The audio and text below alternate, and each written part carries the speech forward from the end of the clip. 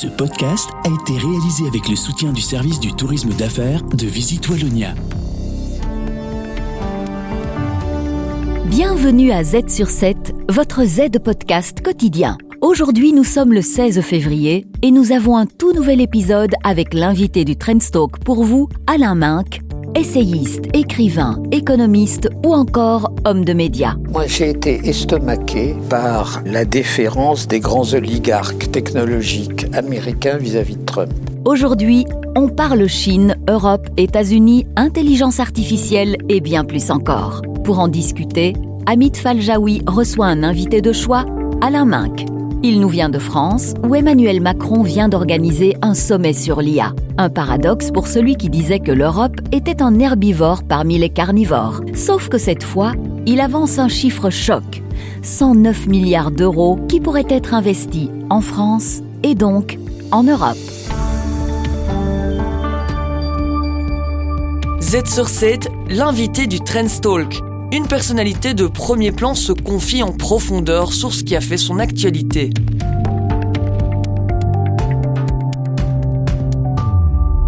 Ça permet à Macron de s'inventer le rôle de Schwab, l'organisateur de Davos. Ah oui. Davos sur scène.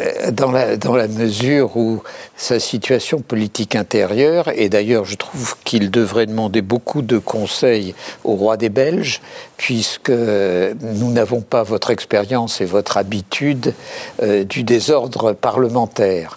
Et je pense que vous pourriez envoyer une mission de conseil exportatrice vers Paris pour nous expliquer comment on peut être un beau, grand pays sans avoir de gouvernement. On a du mal, nous, à s'y faire.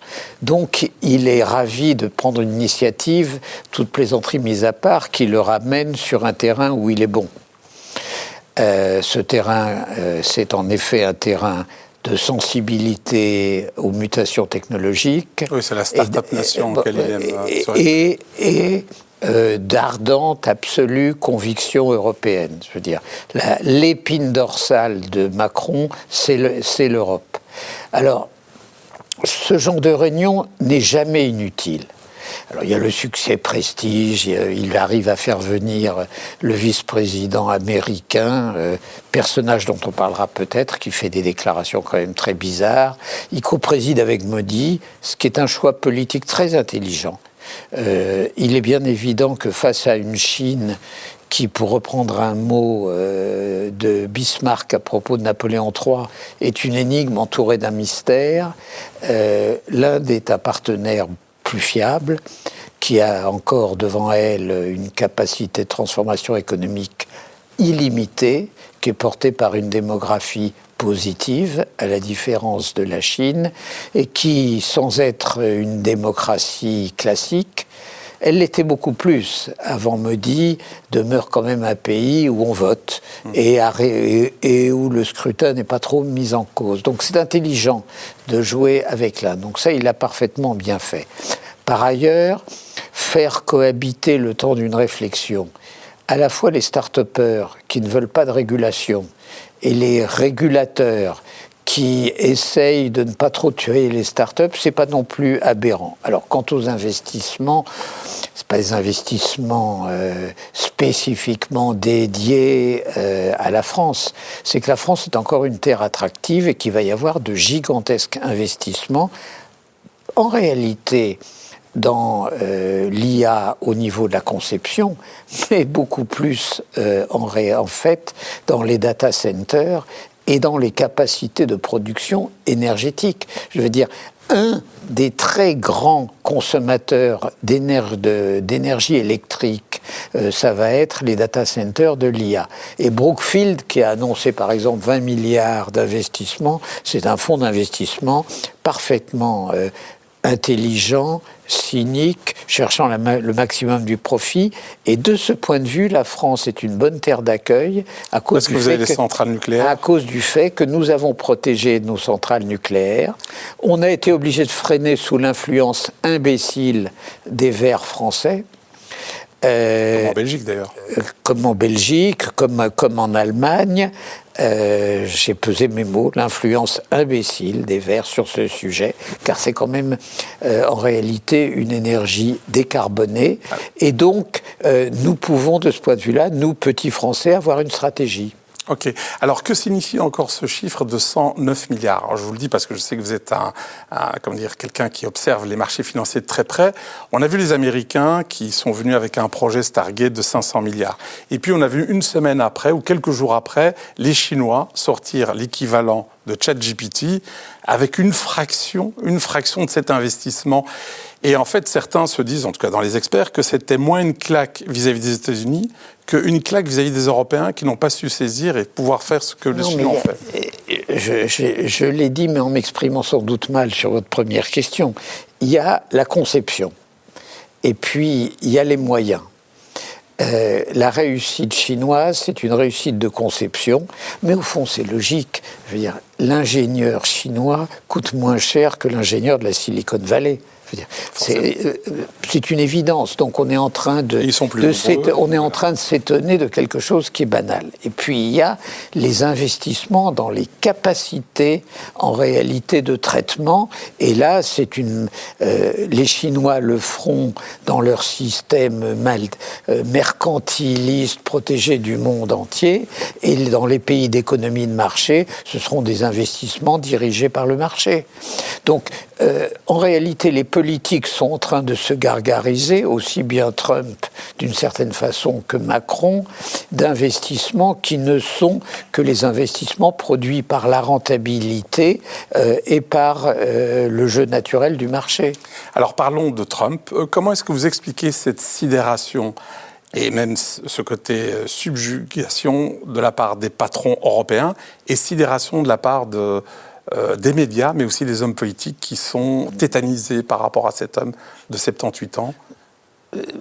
Moi, j'ai été estomaqué par la déférence des grands oligarques technologiques américains vis-à-vis de Trump. Ils se sont couchés, alors que la plupart d'entre eux, ou certains d'entre eux étaient démocrates, ils se sont couchés d'une manière tellement humiliante, en achetant leur place à la cérémonie d'intronisation, en se levant pour applaudir des propos qui étaient la négation même de ce à quoi ils croyaient avant.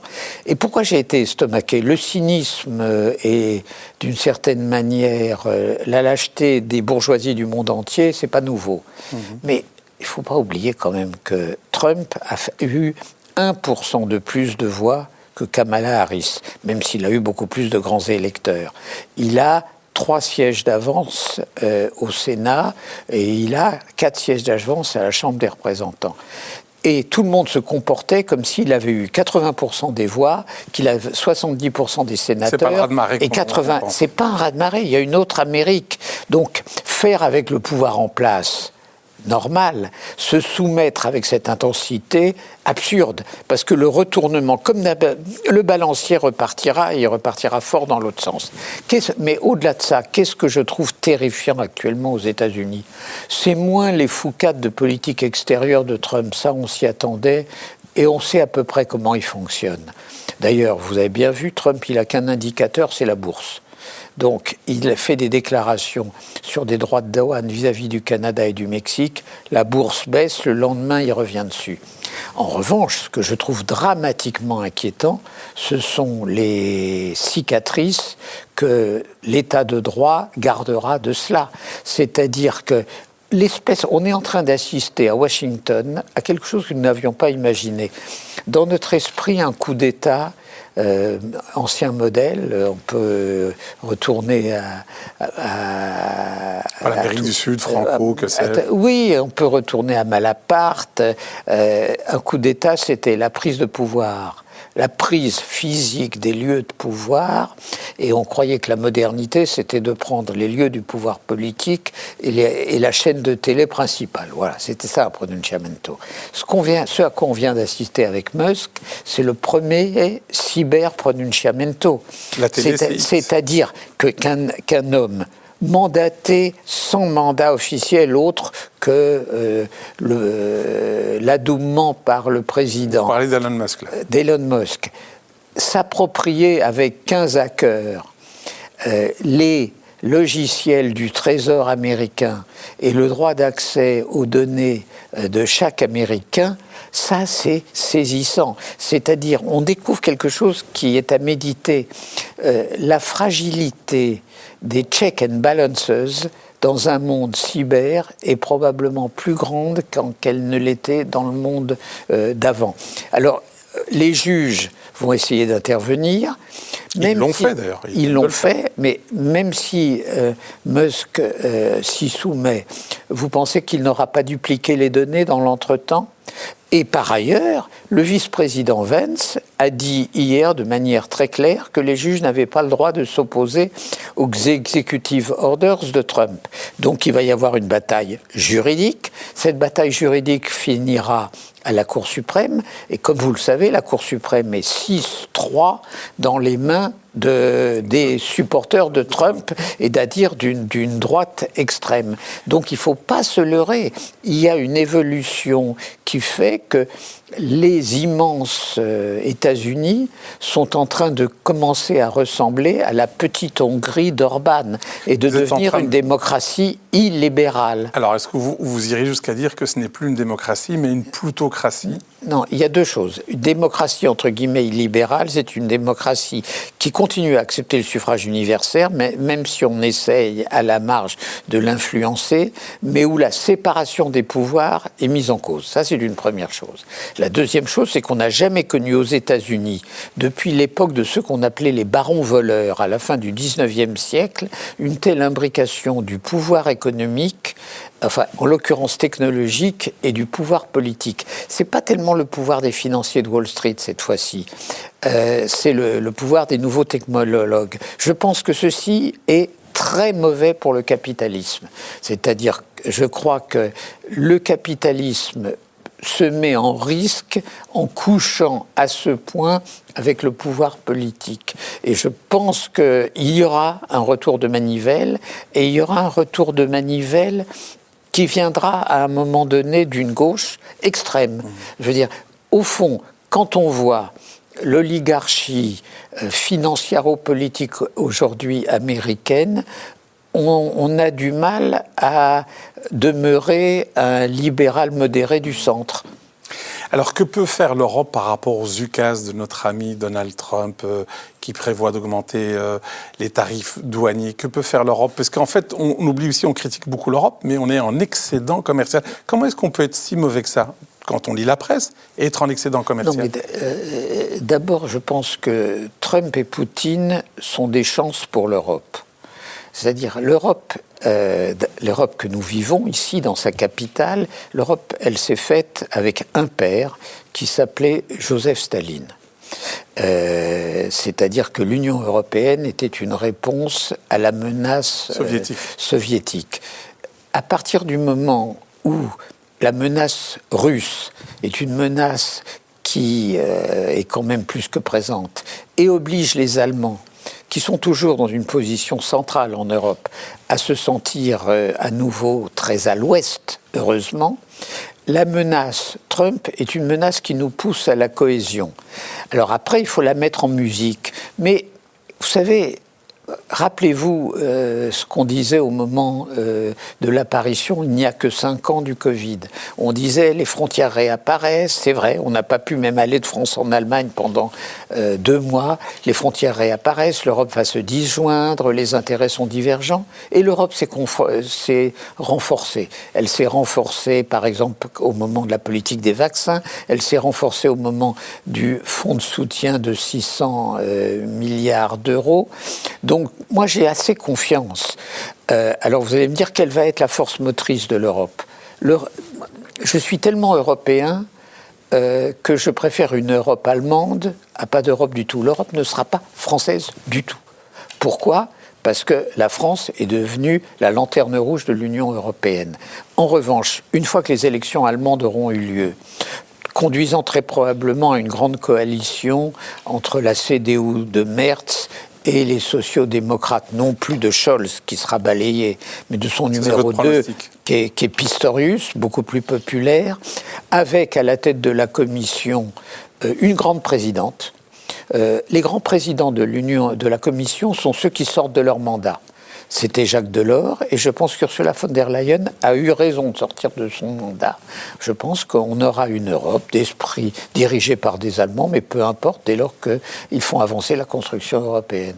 Alors tout à l'heure, vous disiez d'une manière un peu abrupte que les politiques, ou plutôt les hommes d'affaires ne devraient pas se mêler de politique. Vous faisiez allusion évidemment aux gens de la Silicon Valley. Est-ce que c'est pas trop tard, dans le sens où on le voit par exemple en Allemagne, on a vu des patrons, ce qui n'est jamais arrivé, défiler dans les rues des grandes villes allemandes pour tirer la sonnette d'alarme par rapport au futur gouvernement, et on l'a vu chez vous, l'homme le plus riche de France, mais aussi l'un des plus riches au monde, Bernard Arnault, qui est revenu en parlant de douche froide, entre l'enthousiasme qu'il avait aux États-Unis et puis le fait que dans votre beau pays, on veuille augmenter les impôts des grandes entreprises. Ils font la politique, là. J'aime beaucoup Bernard Arnault, mais je pense qu'il aurait mieux fait de dire ce qu'il a dit, mais pas au retour de Washington. Bon. Mais c'est vrai qu'aujourd'hui, la compétition mondiale devient de plus en plus rude, que la bataille sur les coûts de production devient de plus en plus sérieuse, et que donc un pays comme la France, qui est quand même un pays socialiste, je veux dire un pays où vous avez 57% de votre produit intérieur qui passe par les mains du système public, c'est un pays hautement démocratique, mais socialiste à certains égards. C'est un pays capitaliste et socialiste. Non, mais c'est une vérité chiffrée. Après, on peut dire, nous sommes 10% au-dessus, nous, Français, de la moyenne européenne en matière de prélèvement. Cela étant, nous avons un modèle. Moi, je pense que Mme Merkel a eu une description formidable de l'Europe, où quand elle a dit « nous sommes...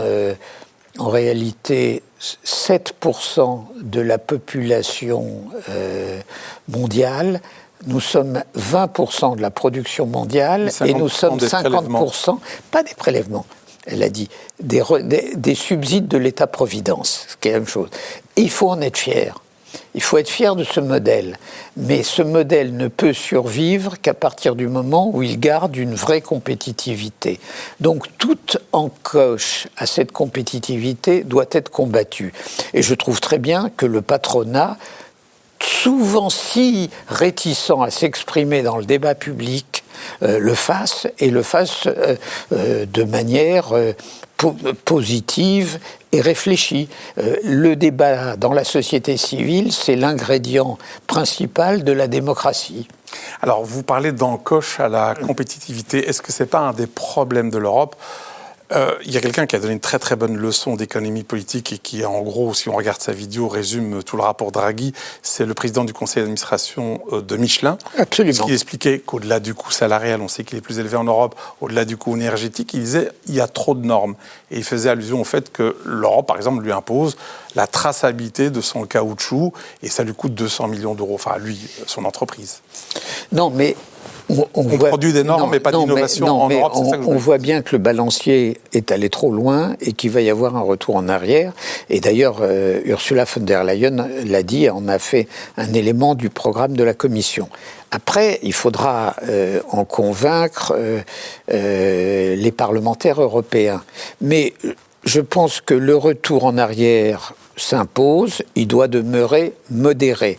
Il faut faire très attention à trop de dérégulation comme on la sent venir aux États-Unis. Il ne faut jamais oublier que c'est trop de dérégulation financière qui a fait la crise de 2007, crise qui a failli emporter le système capitaliste. On est passé quand même à un doigt en octobre 2008 du drame absolu. Et tout ça parce que la sphère financière était trop dérégulée. Donc, oui, il y a certainement un certain nombre de normes qu'il faut supprimer. Je pense qu'il ne faut pas trop revenir en arrière sur les normes qui ont fait quand même que le système financier a tenu. Le système financier a formidablement tenu pendant la crise du Covid. Pourquoi ? Parce que les normes, au moins en Europe, ont fait que l'activité bancaire est devenue le service public de l'argent. Grosso modo, la rentabilité des banques est la même que la rentabilité de l'électricité privée en Belgique. C'est du 7-8%. Mais tant mieux. Et j'espère que les Américains ne vont pas trop déréguler. Parce que s'ils dérégulent trop, on aura une nouvelle crise financière. Et les crises bancaires sont les crises de la bourse ne sont pas graves. La bourse baisse, on remet de l'argent dans le système et la bourse remonte. C'est très simple, ça a toujours été comme ça. Les crises bancaires, c'est autre chose. Ça, c'est un peu la thèse de l'ancien prix Nobel Joseph Stiglitz en disant que les Américains sont en train de nous préparer une prochaine crise financière. Mais je lisais justement les propos... Moi, je fais une différence entre... Il y a deux types de crises financières. Il y a les crises boursières et il y a les crises bancaires. Les crises boursières ne sont pas dramatiquement graves. Les crises bancaires peuvent faire sauter le système. Alors, qu'est-ce que vous répondez, par exemple, à Jean-Laurent Bonnafé, je crois, qui est le patron de BNP Paribas, et qui disait en marge de ses résultats il y a quelques jours, qui comprend effectivement qu'il faille contrôler les banques, si je puis dire, mais c'est une question de curseur et que sans doute on va trop loin et qu'aujourd'hui, ça revient pratiquement à forcer les voitures à rester sur le parking, comme ça on s'assure qu'il n'y aura pas d'accident et que c'est exagéré. Non, c'est son expression, le parking. Écoutez, je trouve que c'est totalement exagéré de la part du remarquable gestionnaire qu'il est de la plus belle et plus grande banque de la zone euro. Alors, qui est le vrai problème par rapport aux non, mais c'est donc le problème est américain. C'est-à-dire que s'il y a une dérégulation financière déraisonnée aux États-Unis, elle nous met en risque. Après, la question, c'est pourquoi la plus grande banque de la zone euro est petite par rapport aux plus grandes banques américaines. C'est la plus grande, c'est pas Santander ? Non, enfin, ils se battent, mais en ce moment, je crois que c'est BNP. Mais pourquoi ? Parce que le marché des capitaux n'est pas unifié. On dit qu'il faudrait des fusions transfrontières, mais nous sommes encore dans un marché financier qui est très segmenté. Et donc, Mario Draghi avait raison, comme Enrico Letta, d'insister sur le fait qu'il faut faire l'union des capitaux à l'intérieur de l'Union européenne.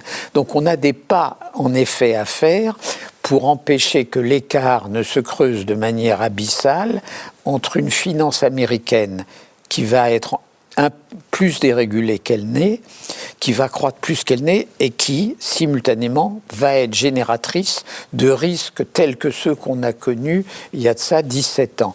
Nous ne risquons pas, nous les Européens, régulés comme nous le sommes financièrement et bancairement, d'être le facteur de distorsion, de disruption, comme on dit maintenant dans cette espèce de franglais qui nous domine, de la sphère financière mondiale. La disruption, l'accident, il ne peut venir que des États-Unis. Alors, vous avez fait allusion au rapport de deux Italiens, rapport Letta et Draghi sur la compétitivité en Europe. On sait qu'ils ont été repris en bonne partie dans la fameuse boussole d'Ursula von der Leyen pour améliorer la compétitivité de notre magnifique continent. Est-ce que vous y croyez ou vous vous dites que ça va être un petit peu comme du Barroso, l'ancien président de la Commission européenne, en 2000, où il avait dit on va avoir l'économie la plus innovatrice au monde, on sait ce qu'il en est. Non, mais Juan Manuel Barroso n'a jamais eu la crédibilité internationale de Mario Draghi. D'accord. L'État était un très bon président du Conseil italien. C'est pas un personnage mondial. Draghi est un personnage mondial. Ne serait-ce que parce qu'il a sauvé l'euro. Je pense que, évidemment, l'essentiel de la substance de son rapport, où tout le rapport ne sera pas traduit dans les faits, mais une partie sera traduite dans les faits, et le simple fait que la Commission ait changé son agenda en tenant compte du rapport Draghi, ça montre qu'au fond, Mario Draghi, dans cette affaire, a été le plus important lanceur d'alerte que l'Europe puisse avoir.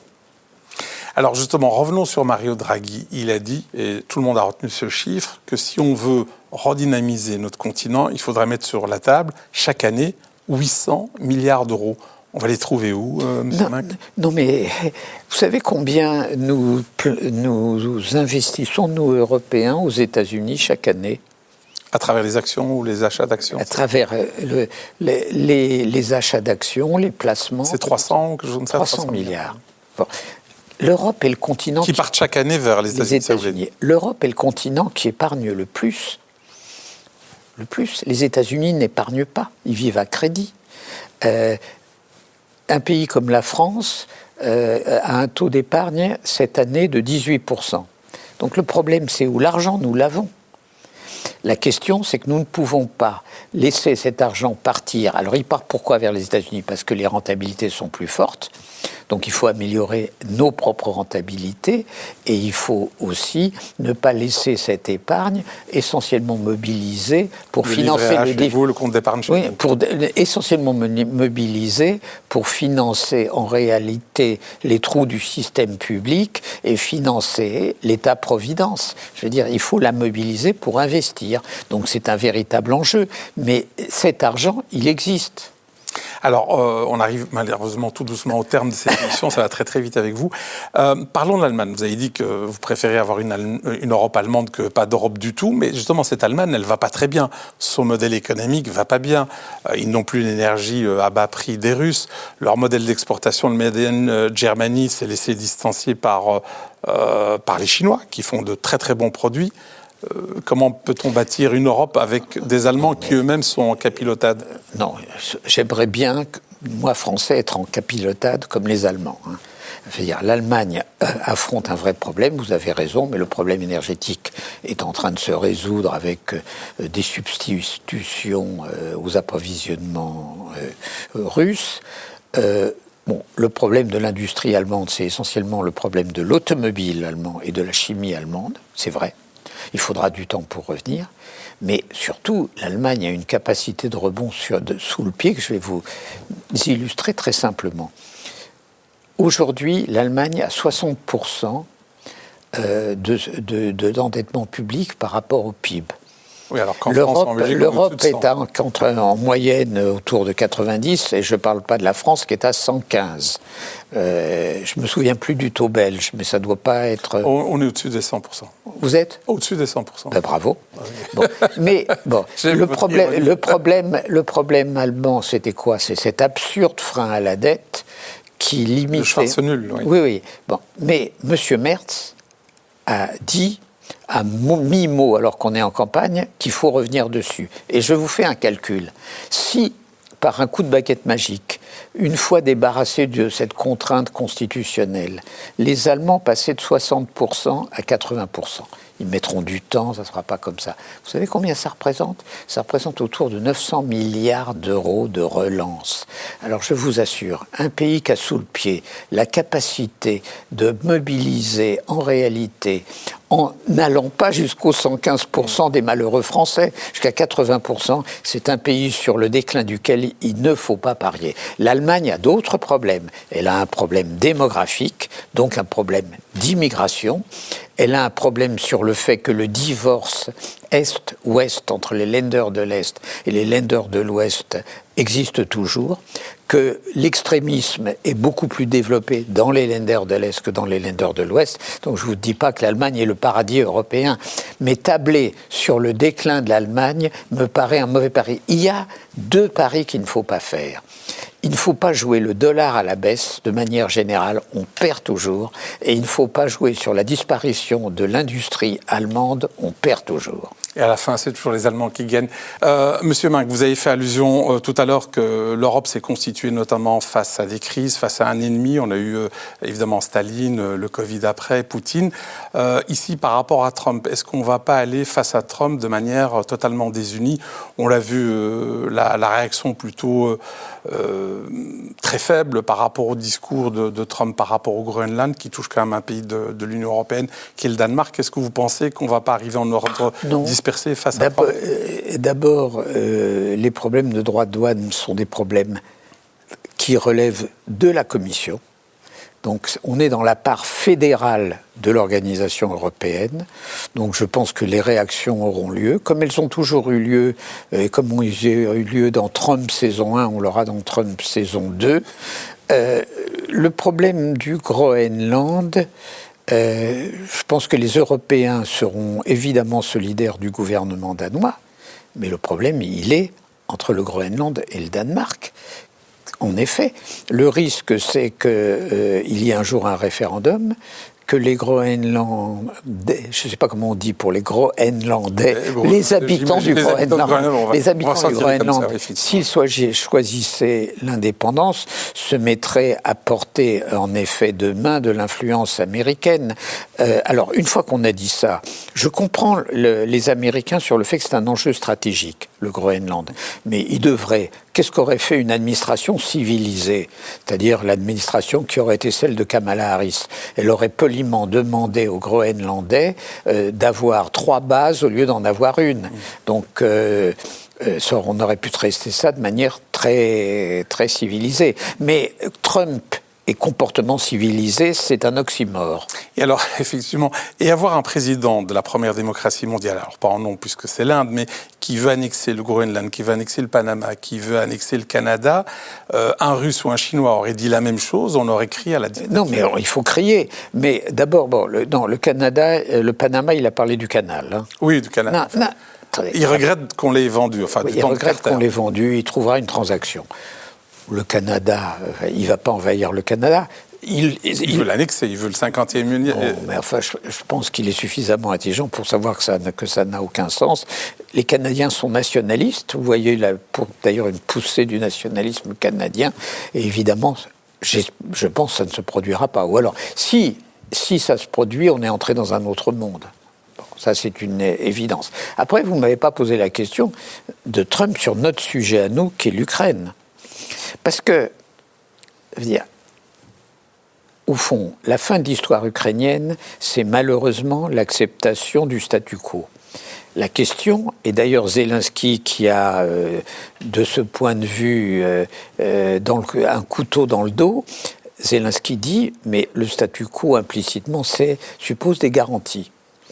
Si vous faites le statu quo sans troupes d'interposition, il recommencera au coup d'après. Après, la question, c'est qui ? Les Européens sont prêts à mettre des troupes d'interposition, c'est-à-dire les Anglais, parce que dès qu'on parle de problèmes stratégiques, il faut penser toujours avec les Anglais. Oui. Les Anglais, les Français, les Polonais, et quelques autres États. Les Allemands diront qu'ils ne peuvent pas revenir en Ukraine, ils utiliseront ce prétexte et ils feront la logistique. OK. Mais ce sont des troupes de l'OTAN. Même s'il n'y a pas une garantie de l'OTAN et que vous avez des troupes de pays membres de l'OTAN, une attaque sur ces troupes-là, c'est quand même une attaque sur l'OTAN.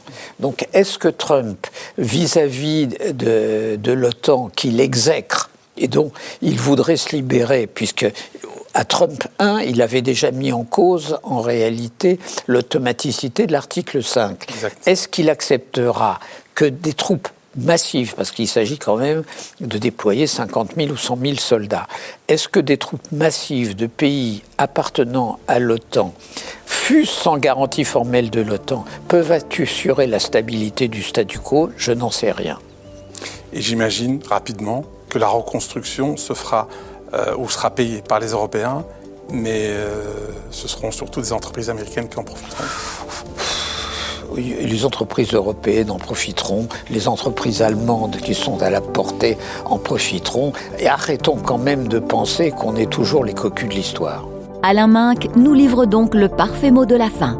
Merci à tous et à toutes d'avoir suivi cet épisode du Z-Podcast. Demain, dans l'info à ne pas manquer, focus sur les droits de douane généralisés de la part des États-Unis et de leur impact potentiel sur l'Europe. Nous vous souhaitons un bon dimanche et à bientôt.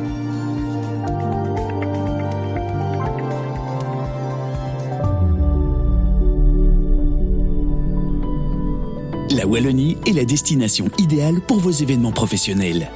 Infrastructures de qualité, cadres inspirants et services personnalisés, séminaires, conférences ou congrès, mais également des idées pour vos team building. Profitez d'un environnement accessible, moderne et naturel. Rendez-vous sur visitewallonia.be.